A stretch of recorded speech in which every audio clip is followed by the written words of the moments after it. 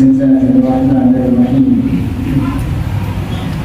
Alhamdulillahi wa Allah al-mu'ti bi-ghairi hisab. Wa sallallahu wa sallama 'ala an-nabiyil awwal sayyidina wa habibina syafi'ina wa maulana Muhammad wa 'ala alihi wa ashabihi salatan wa salaman daimain mutalazimain ila yaumil ma'ad.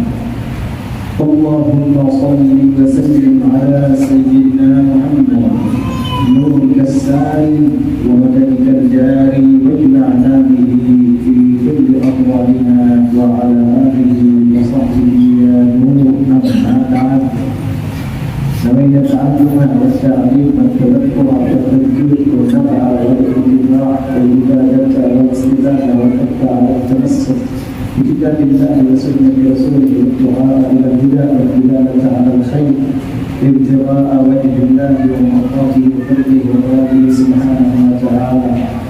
Alhamdulillah, bersama-sama kita panjatkan segala puji dan syukur kehadirat Allah Subhanahu wa taala kembali mempertemukan kita di dalam masjid yang kita cintai dan kita muliakan ini. Dan segala puji dan syukur kehadirat Allah Subhanahu wa taala pula yang telah memanjangkan usia kita sehingga dapat bertemu dengan tahun baru Al-Hijri, yaitu 1444 Hijriah.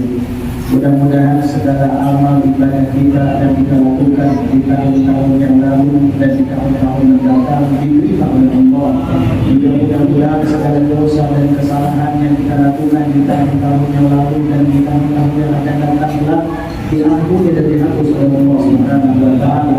Segala akhlak yang buruk kita digantikan oleh Allah dengan akhlak yang mulia. Niat kita diperbaiki oleh Allah, hati kita dibersihkan oleh Allah, dada kita dilapangkan oleh Allah dengan cahaya ilmu, cahaya ma'rifat, cahaya iman dan cahaya Islam, juga cahaya taqwa. Amin Allahumma amin. Alhamdulillah, pada kesempatan sore ini kita kedatangan tamu yaitu Mahina Urut, beranak sepupu dengan abah dari Dr. Maud Sewu, yaitu Fadilul Habib Muhammad bin Umar bin Hud As-Safi As-Sadar. Mudah-mudahan kedatangan beliau dari bumi Sintawali yaitu Dr. Maud menambahkan keberkahan dan kehadiran serta rahasia-rahasia ketuhanan di kampung kita Muara kita ini khususnya dan di kecamatan kita umumnya. Amin Allahumma amin. Nanti di akhir acara kita minta kepada beliau untuk mentalkinkan kalimat tauhid kepada kita semua. Ya,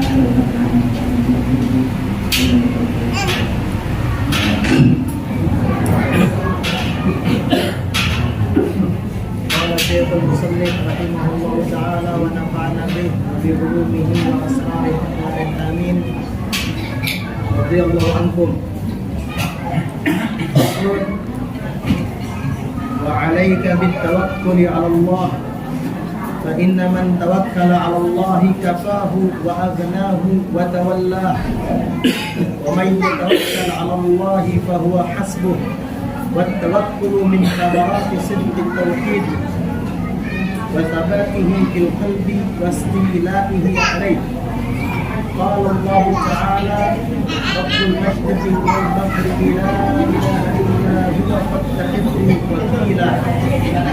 انظر كيف بدأ بإثبات الربوبية ثم بإثبات الإقرار بالإلهية ثم أمرنا بالتوكل عليه جل وعلا فلم يبقى في تركه عذر للبرية. وقد أمر الله عباده بالتوكل عليه ورغبهم فيه بقوله وعلى الله فليتوكل المؤمنون، بقوله تعالى فتوكل على الله إن الله يحب المتوكلين. وقال رسول الله صلى الله عليه وسلم لو توكلتم على الله حق توكله لرزقكم كما يرزق الطير تبدو خماصا وتروح بطانا.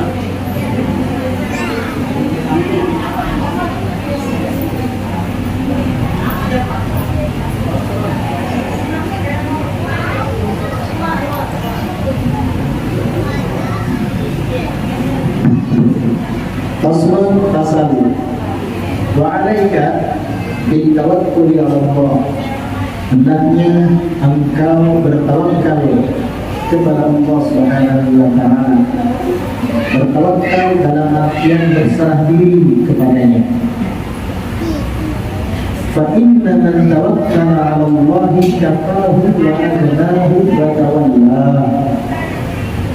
Sebab sesungguhnya orang yang bertawakal kepada Allah kafahu, maka Allah akan mencukupinya. Wa aghnahu, dan Allah akan mengayakannya. Wa tawallahu, dan Allah akan melindunginya.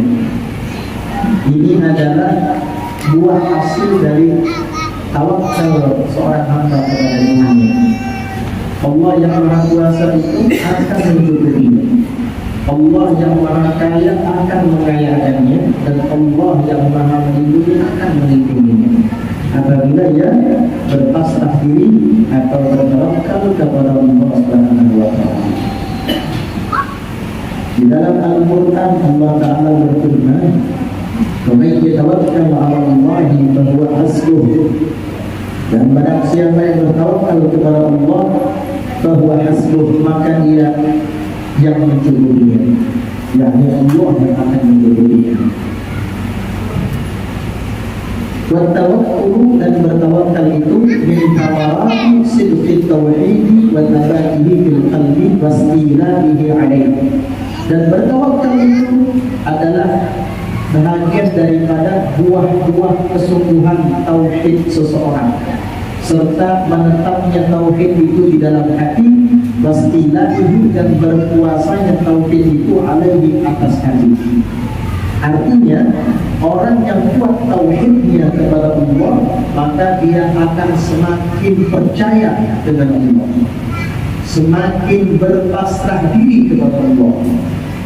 Kuat atau lemahnya tawakal seseorang kepada Allah tergantung dengan kadar ketauhidan yang ada di dalam hatinya. Semakin tauhid itu menguasai ruang hatinya, maka semakin bertawakal seorang hamba itu kepada Tuhan. Arti bertauhid di dalam hati, dia hanya meyakini bahwa yang Maha memberikan rezeki itu hanya Allah semata, bukan usahanya, bukan pekerjaannya.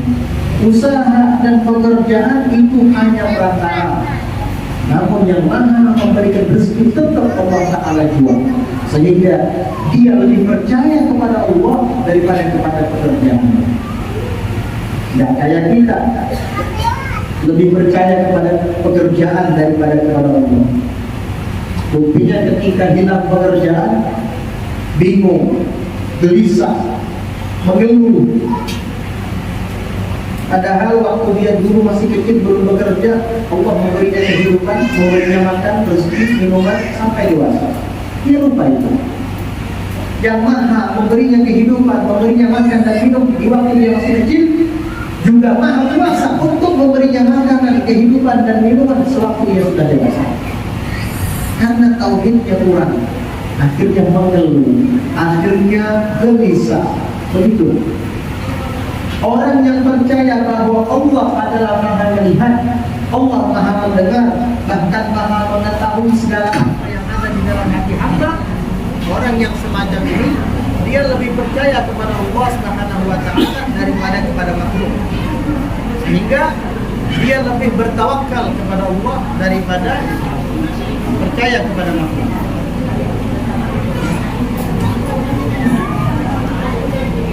Allah Ta'ala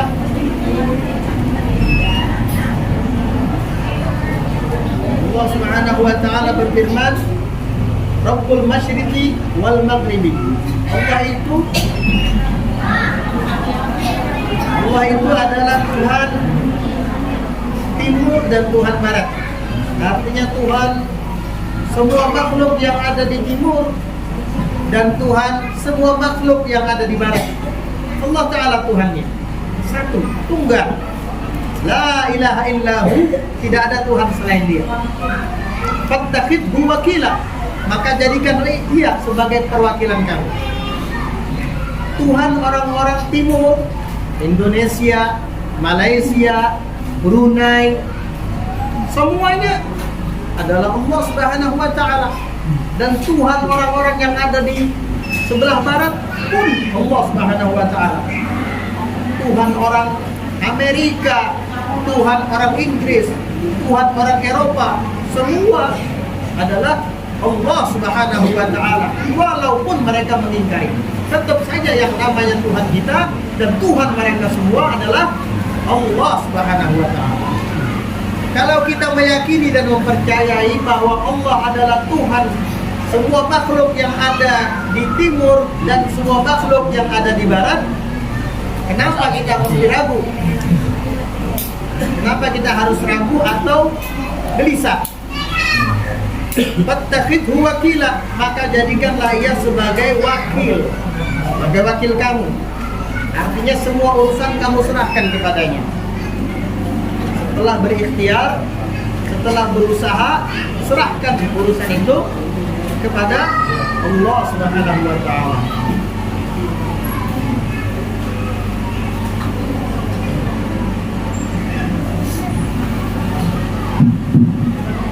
Fanzur, maka perhatikan kaifa bada'a bi'ibadatir rububiyyah, bagaimana Allah memulai di dalam ayat tadi dengan menetapkan ketuhanannya, Rabbul Masyriqi wal Maghrib.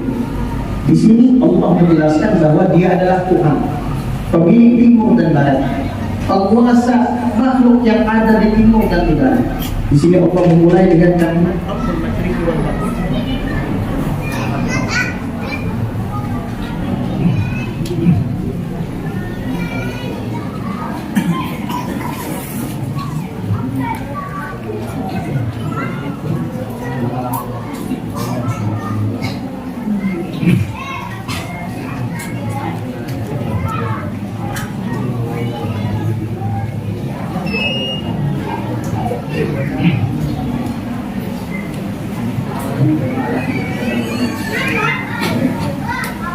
Fanzur kaifa bada'a bi'ibadatir rububiyyah wal thumma bi'ibadatil infirad.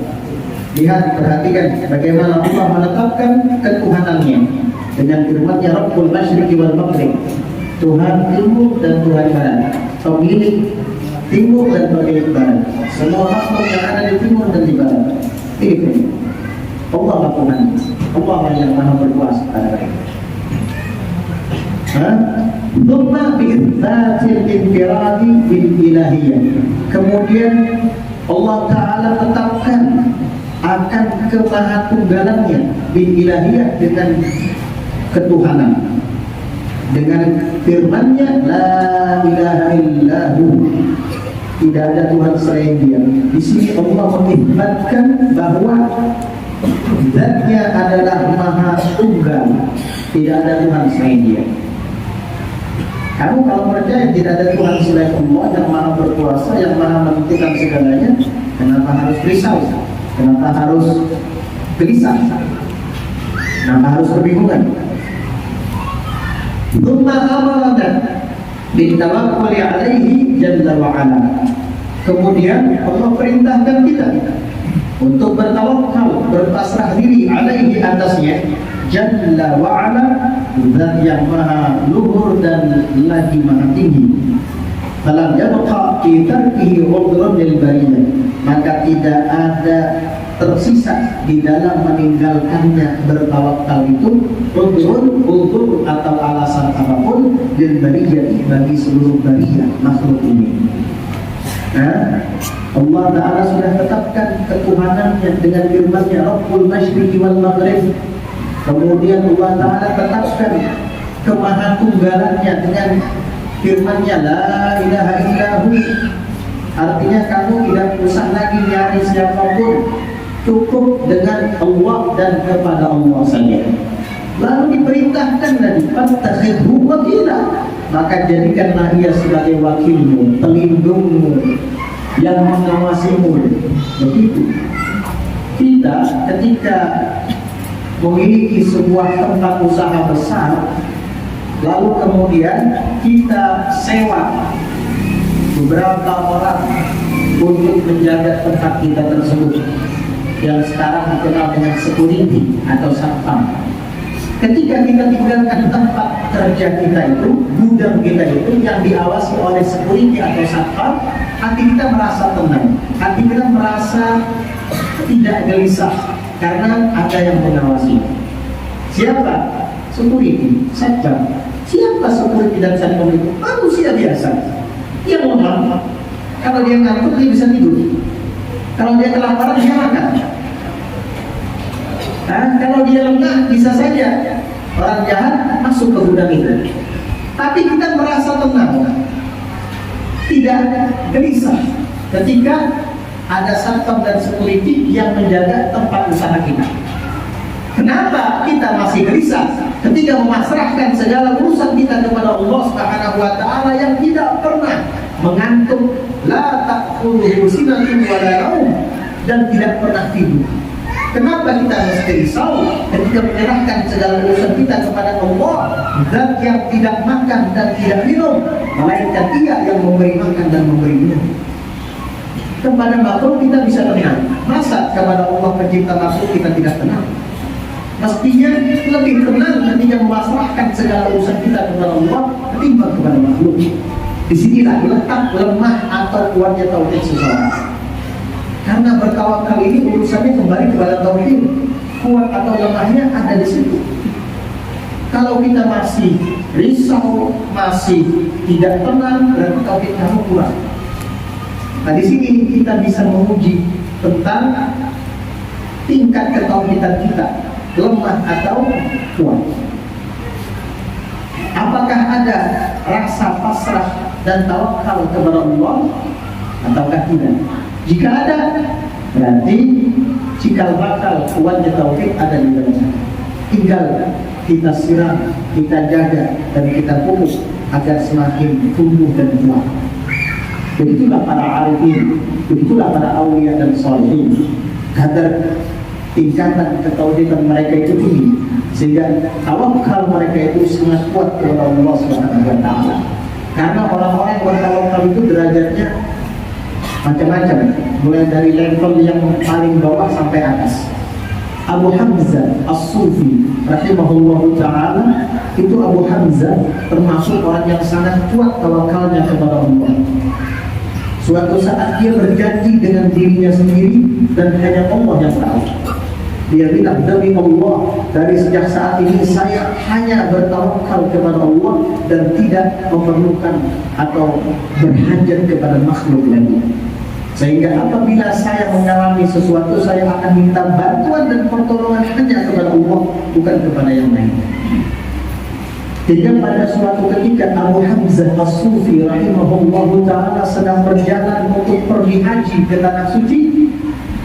Beliau melewati gurun pasir yang amat luas, hingga pada suatu ketika beliau sedang asyik berjalan dan tidak menyadari bahwa ada sumur yang sangat dalam di depannya. Karena beliau melihat gundukan-gundukan pasir yang tebal, dikira jalan lompat dan lurus, ternyata ada lubang di situ. Maklum, sumur di padang pasir pastinya sangat dalam sekali. Akhirnya apa? Beliau terjatuh ke dalam sumur itu. Ketika itu beliau akan berteriak minta tolong. Lalu beliau teringat akan janjinya kepada Allah bahwa dia tidak akan pernah minta tolong kepada makhluk manapun. Dia hanya berpasrah diri kepada Allah. Akhirnya dia berdiam dan malu untuk minta tolong. Tiba-tiba di tengah beliau sedang terpuruk di dalam sumur tua itu, ada dua orang pelancong, dua orang pengembara yang sedang lewat di gurun pasir. Dua orang pengembara itu melihat ke arah sumur. Karena sumur sangat gelap, sehingga apa yang ada di dalam tidak kelihatan. Abu Hamzah As-Sufi hampir berteriak minta tolong kepada dua orang itu, tapi dia lagi-lagi teringat janjinya bahwa dia tidak akan pernah minta tolong kecuali hanya kepada Allah. Dia lihat, ada 2 orang nih. Tinggal teriak, saya ada di bawah. 2 orang itu tentu bisa mendengar suaranya dan mengetahui bahwa ada orang yang jatuh di bawah. Tapi karena Abu Hamzah dia ingat janjinya kepada Allah, tawakalnya kepada Allah, dia diam. Dia memilih untuk berpasrah diri kepada Allah. Saya, ya Allah, menepati janji saya kepadamu. Engkau yang maha menolong, Engkau yang maha melihat, Engkau yang maha mendengar, bahkan Engkau yang maha mengetahui apa yang tersirat di dalam dadaku. Saya mau minta tolong kepada makhluk. Ini derajat tawakalnya sudah level atas ini. Akhirnya apa? 2 orang tadi pergi. Dikira pergi jauh, ternyata pergi mengambil batu besar. Untuk apa? Untuk menutupi sumur tua itu. Kata 2 orang itu, wah ini sumur berbahaya bagi orang yang bepergian melalui jalan ini. Sebab kalau tidak tahu pasti akan nyemplung jatuh ke dalamnya. Bagaimana kalau kita tutupi saja dengan batu? Kata temannya itu kepada temannya yang lain. Kata temannya yang baik, ayo kita cari batu besar, kita tutupi saja, kita sumbat saja dulu sumur ini. Abu Hamzah ada di dalamnya. Kata Abu Hamzah, ya Allah, kalau dalam takdir itu meninggal, mati saya hari ini. Ditutupi tanpa udara, yang bisa nafas. Kan begitu, benar di dalam tanpa udara. Akhirnya 2 orang ini kemudian mengambil batu. Lagi-lagi Abu Hamzah As-Sufi hampir berteriak, ingin memberitahu bahwa saya ada di dalam, berusaha ditutupi sumurnya. Lagi-lagi dia teringat janjinya kepada Allah bahwa dia tidak akan pernah meminta pertolongan kepada makhluk pun, hanya berpasrah diri kepada Allah. Ini tauhidnya sudah kuat. Akhirnya apa dia? Allah Maha tahu. Lalu kemudian batu itu diletakkan di atas sumur dua, sebelum sumur. Abu Hamzah pasrah, hanya mengucapkan hasbunallah wa ni'mal wakil, hasbunallah wa ni'mal wakil, hasbunallah wa ni'mal wakil.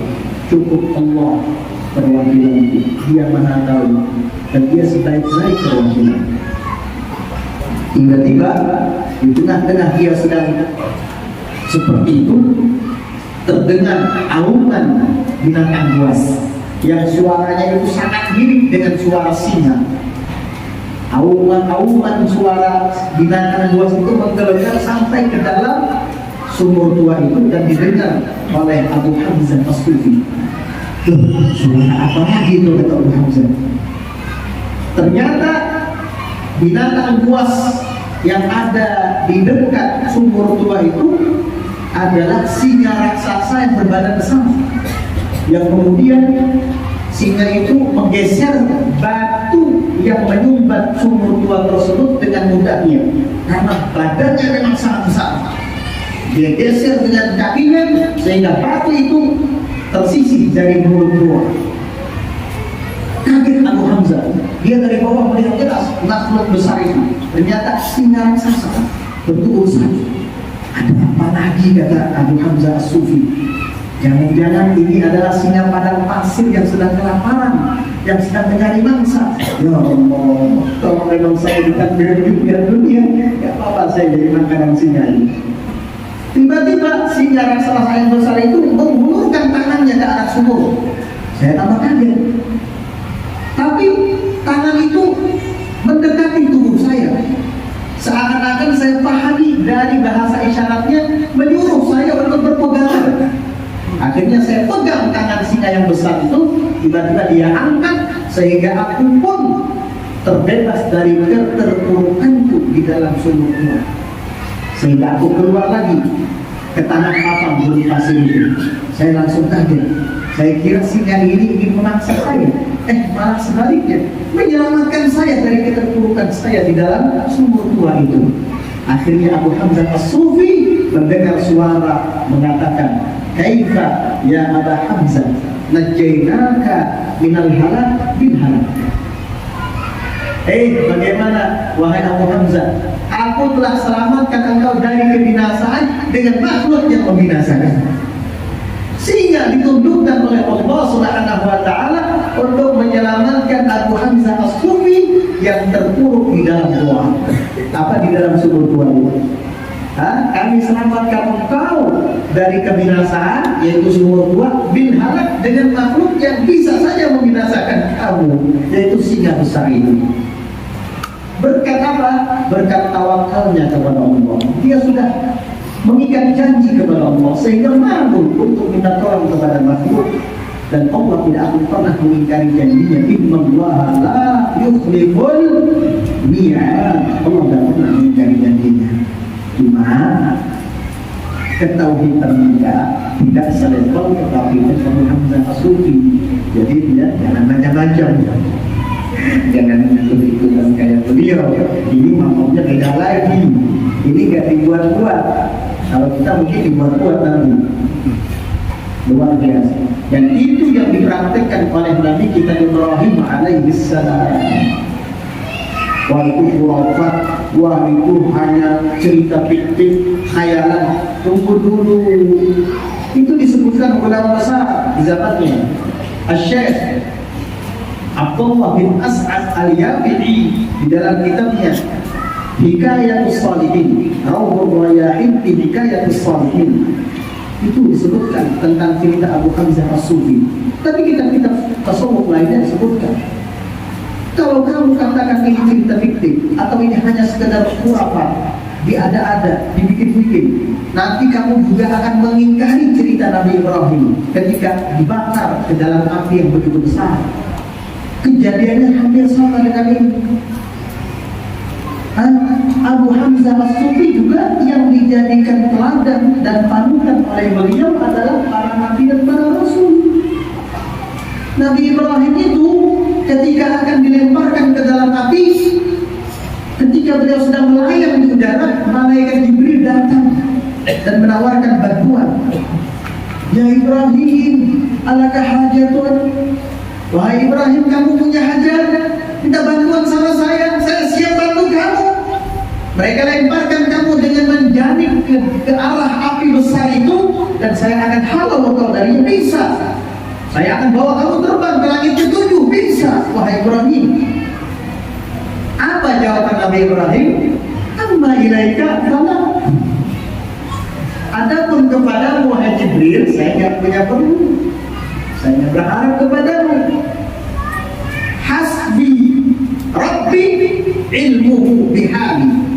Cukup bagiku Tuhanku ini bahwa dia tahu keadaanku saat ini. Hasbunallah wa ni'mal wakil. Cukup bagiku Allah, dan Allah sebaik-baik wakil. Ketika Nabi Ibrahim memasrahkan diri hanya kepada Allah, cukup Allah yang Maha tahu, dan saya hanya perlu kepadanya, kepadamu tidak wahai Jibril. Itu Allah langsung menyuruh api, ya naru kuni bardan wassalaman ala Ibrahim. Wahai api, jadilah engkau dingin. Dalam tafsir Al-Baqawi disebutkan ketika Allah mengatakan kepada api kuni bardan, jadilah engkau dingin wahai api, itu semua api yang ada di dunia jadi dingin waktu itu. Ketika ada orang memasak nasi, apa menanam airnya nggak mendidih-didih, apinya jadi dingin. Semua api yang ada di dunia dingin. Ketika Allah mengatakan ya naru kuni bardan, wahai api, jadilah engkau dingin, semua dingin. Untung dilanjutkan dengan firman berikutnya, wassalaman ala Ibrahim, dan jadilah keselamatan atas Nabi Ibrahim. Akhirnya yang dingin hanya api Nabi Ibrahim. Coba kalau tidak ada kalimat wassalaman ala Ibrahim, sampai wayah ini kan mengurak-urak baju kita, karena mau memasak kita, gak bisa bakar sampah kita, dingin. Tapi dilanjutkan wassalaman ala Ibrahim, dan jadilah keselamatan atas Nabi Ibrahim. Akhirnya hanya api yang digunakan oleh orang-orang kafir itu, yaitu Namrud dan pengikutnya, yang berubah menjadi dingin, sementara api-api yang lain tetap panas. Subhanallah. Iya, begitu. Hasbi Rabbi ilmuhu bihali. Cukup Tuhanku, dia tahu keadaanku. Saya nggak perlu minta bantuan kepada Jibril. Ditawakalnya sampai kepada Jibril nggak perlu. Subhanallah. Kalau kita jangankan kepada Jibril, lawan kawitan masih tumpang, lawan pingsanan masih tumpang, lawan gawian masih tumpang, lawan tumpang enggak? masih memerlukan dia, masih berhajat, masih bergantung kita. Kalau levelnya Nabi Ibrahim itu jangankan kepada anak istri, keluarga dan orang-orang yang mengikuti beliau, kepada Jibril aja beliau gak perlu lagi sudah. Luar biasa. Ini level kadar tinggi ketawakalannya tinggi sekali, tauhidnya tinggi sekali. Akhirnya Nabi Ibrahim ketika memasuki api itu, beliau bukan malah kepanasan, kedinginan. Kata beliau, ketika aku berada di dalam api itu, hampir-hampir aku ini mati kedinginan. Kata beliau, bukan karena terbakar. Suatu saat Nabi Ibrahim itu ditanya oleh para umat-umat yang mengikutinya, yang beriman dengannya. Wahai Nabi Ibrahim, sepanjang masa hidupmu, kira-kira apa pengalamanmu yang paling menyenangkan dalam hidupmu? Sepanjang hidupmu, yang paling menyenangkan dalam hidupmu apa pengalaman yang paling menyenangkan? Kata beliau, hanya satu. Apa? Ketika aku dilempar ke dalam api itu. Itulah kenangan yang paling menyenangkan seumur hidup. Bukan ketika makan ayam, atau ketika makan kambing guling, atau ketika kawin malam pertama dengan istri. Bukan. Yang paling menyenangkan dalam hidupku, kata beliau, adalah ayyamun nar, hari ketika aku dilemparkan ke dalam api. Karena disitulah terbukti tauhidku kepada Allah, disitulah terbukti tawakalku kepada Allah, disitulah terbukti kedekatanku dengan Allah Subhanahu wa Ta'ala. Sekarang bagaimana dengan kita? Andai kata ditanya, apa pengalaman terindah dalam hidupmu? Apa jawabannya? Waktu jadi pengantin dulu, duduk di atas pelaminan dari Raja Sehari, atau ketika jual tanah laku 1 M, dunia semua ya. Kalau Nabi Ibrahim tidak. Justru ketika di hari di saat aku dilemparkan ke api, itulah kenangan dan pengalaman yang paling berharga dan menyenangkan dalam hidup. Luar biasa. Nah begitu para anbiya, para mursalin dan para pengikut-pengikut mereka, al-amsal, para awliya, para salihin, para ulama, para muhammadin, para arifin. Siapa lagi panutan mereka kalau bukan para nabi dan rasul? Mereka waris para nabi, waris para rasul. Waqad amara Allahu ibadahu bitawakkuli alaihi, dan sungguh Allah telah perintahkan hamba-hambanya untuk bertawakal kepadanya. Wa raghabahum fi, dan Allah Ta'ala menggemarkan mereka. Maksudnya menyemangati mereka hamba-hambanya ini fihi, dalam bertawakal kepadanya. Di qaulihi, dengan firman-Nya, wa 'alallahi falyatawakkalul mu'minun, dan hanya kepada Allah hendaknya orang-orang yang beriman itu bertawakal, berpasrah diri. Kita ini orang-orang yang beriman ini, mudah-mudahan kita bisa berpasrah diri, bertawakal kepada Allah Subhanahu wa Ta'ala. Amin. Wa biqaulihi ta'ala, dan dengan firman-Nya Allah Ta'ala, Allah Ta'ala menyebutkan, fatawakkal 'ala Allah innallaha yuhibbul mutawakkilin, maka engkau bertawakallah kepada Allah, sesungguhnya Allah itu menyukai orang-orang yang bertawakal, orang-orang yang berpasrah diri kepadanya. Wa qala Rasulullah sallallahu alaihi wasallam, dan bersabda Rasulullah sallallahu alaihi wasallam, "Lau tawakkaltum 'ala Allahi haqqa tawakkulih," jikalau seandainya kalian itu bertawakal kepada Allah dengan sebenar-benar tawakal kepadanya Allah, la razaqakum, pasti Allah akan berikan rezeki kepada kalian, kama yarzuqu tayra, sebagaimana Allah memberikan rezeki kepada burung, taghdu khimasan, pagi-pagi mereka terbang dalam keadaan lapar, bataruhu bifanan, dan pulang kembali di waktu sore mereka sudah dalam keadaan kenyang. Itulah burung. Burung itu termasuk hayawan atau binatang daripada binatang yang diciptakan oleh Allah yang kuat tawakalnya kepada Allah. Di antara binatang-binatang ciptaan Allah yang kuat tawakalnya adalah burung. Ya, burung itu tidak pernah menyimpan makanan di sarangnya. Ya kayak kita banyak punya simpanan dalam kulkas. Jujur, betul tidak? Telur 1 rak, sayur berapa ikan, iwak jangan tanya, ada kulkas khusus bisa iwak. Itu kita.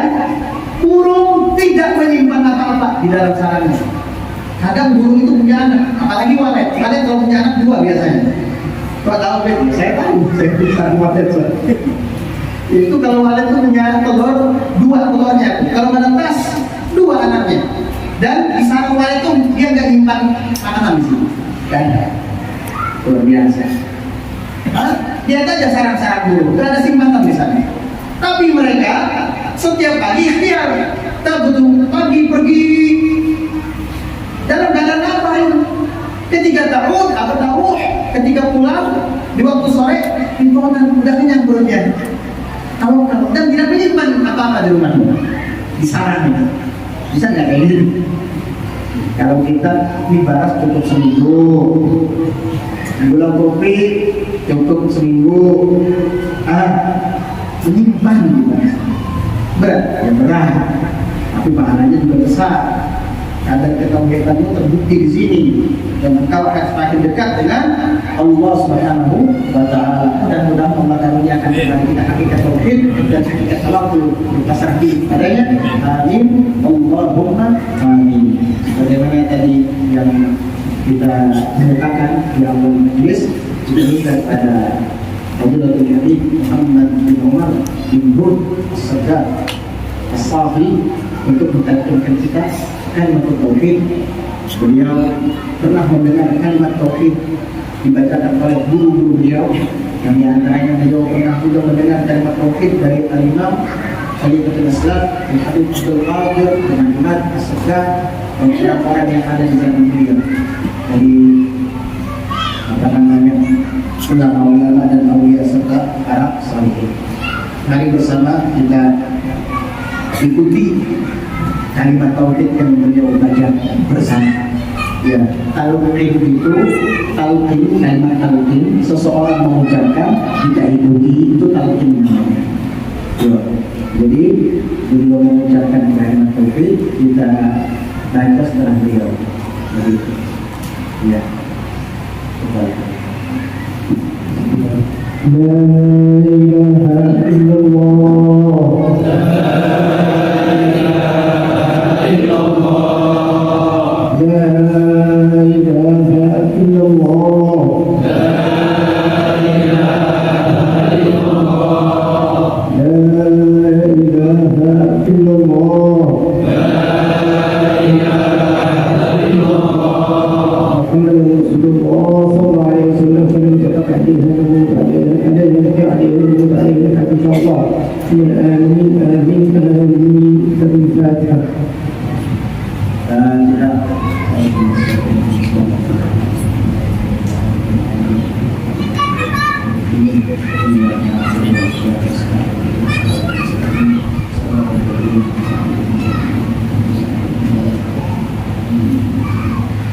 Bismillahirrahmanirrahim. Alhamdulillahirrabbilalamin.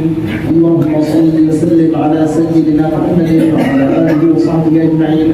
Rabbana fa'ala bima 'allamtana rabbana 'allimna alladhi yanfa'una rabbana fatina wa qina ahlana wa thabbat lana bi dinina ma'a ahli al-kufri wa dhakar rabbana waffaqna waffaqhum lima taqaddama min fi'lin karama wa rizqna kulla halalan na'ima wa akhil al-anbiya ulama wa كل شر ربنا واصلح لنا كل شرور وبرق منك العيون واقض عنا ربنا كل الديون قبل ان تاتينا رسل النور والوجود واستر انت اكرم من ستر وصلاه الله تغشى المصطفى من الحق تعالى والوفاء بكتاب فيه للناس شفاء وعلى الآل الكرام الشرفاء وعلى الصحب المصابيح الغرار.